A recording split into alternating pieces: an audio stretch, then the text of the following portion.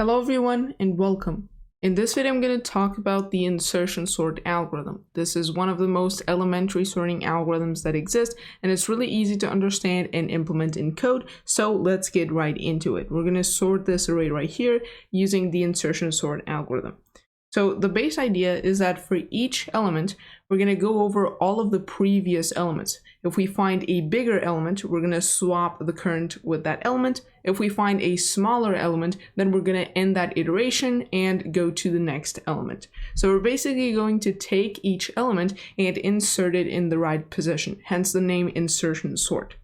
So let's do this with this array right here. We're actually going to start at the second element, so we're going to start out at 1.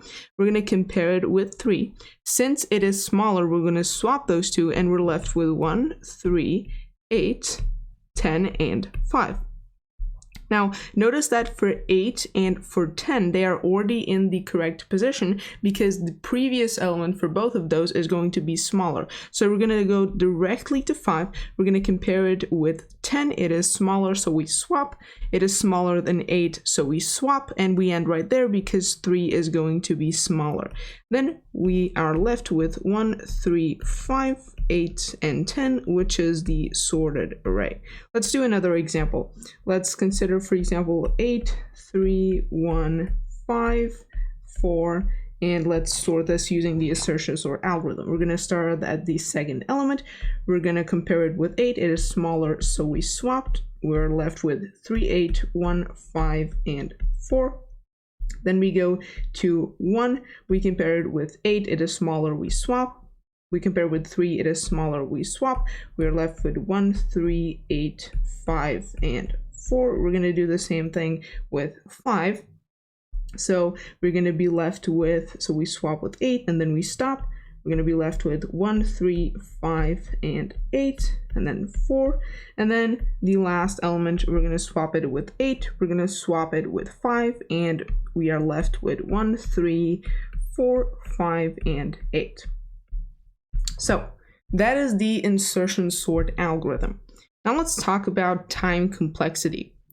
So you might have realized already that we're going to have essentially two loops. In the outer loop, we're going to go through each element of the array, so we're going to have a complexity of n. And in the inner loop, we're going to go through every of the elements that are before that element. So first we're going to go through 1, then 2, then 3, so on until we go over n minus 1 elements. So this is going to leave us with a worst time complexity of O of n squared. Now notice as well that if the array is already sorted, then even though we are still going through every element of the array in the outer loop, we're not going to do anything in the inner loop since we're not going to swap anything. And therefore we have a best time complexity of omega of n. Now let's talk about stability. So as I mentioned in the previous video about selection sort, an algorithm is stable if the relative order of elements with the same key is preserved. So take this array right here. We have a 5, then a 3, then we're going to have a red 3, and then we're going to have a 1. So if insertion sort is stable, both in the beginning and in the end, the white 3 is going to come first and then the red 3. So let's apply the algorithm to this array. We're going to be left with 5. So 3 is smaller than 5, so we're going to swap. We're left with 3, 5, then the red 3, and then 1. And then we're going to go to this 3 right here, and we are left with 3, red 3, 5, and 1. And then we're going to go to 1. We are left with 1, 3, red 3, and 5.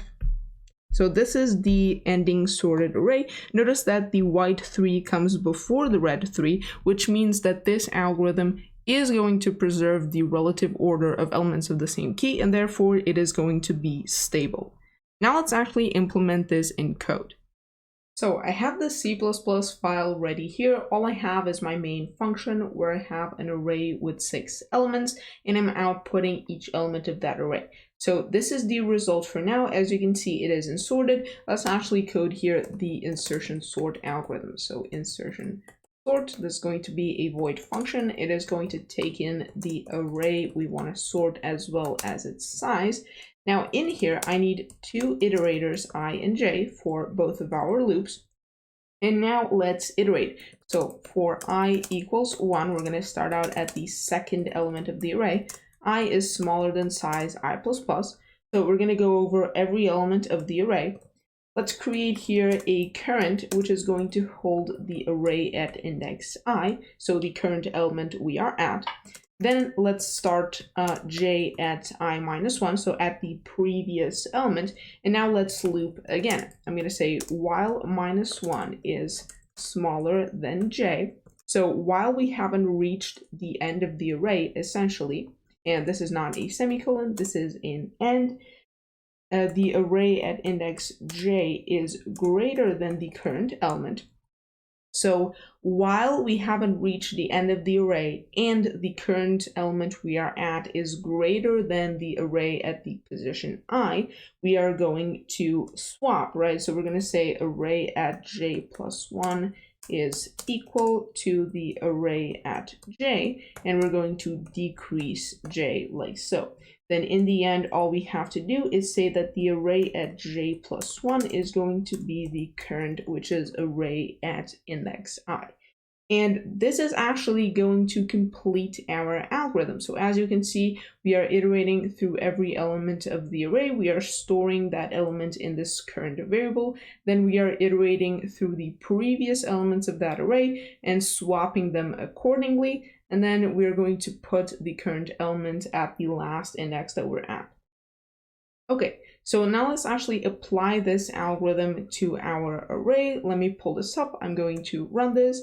And as you can see, now the elements of my array are sorted. So that is the insertion sort algorithm. I hope this video was helpful and easy to understand. I hope you learned a lot. If you did, please like and subscribe to support the channel. Thank you so much, and I'll see you in the next one.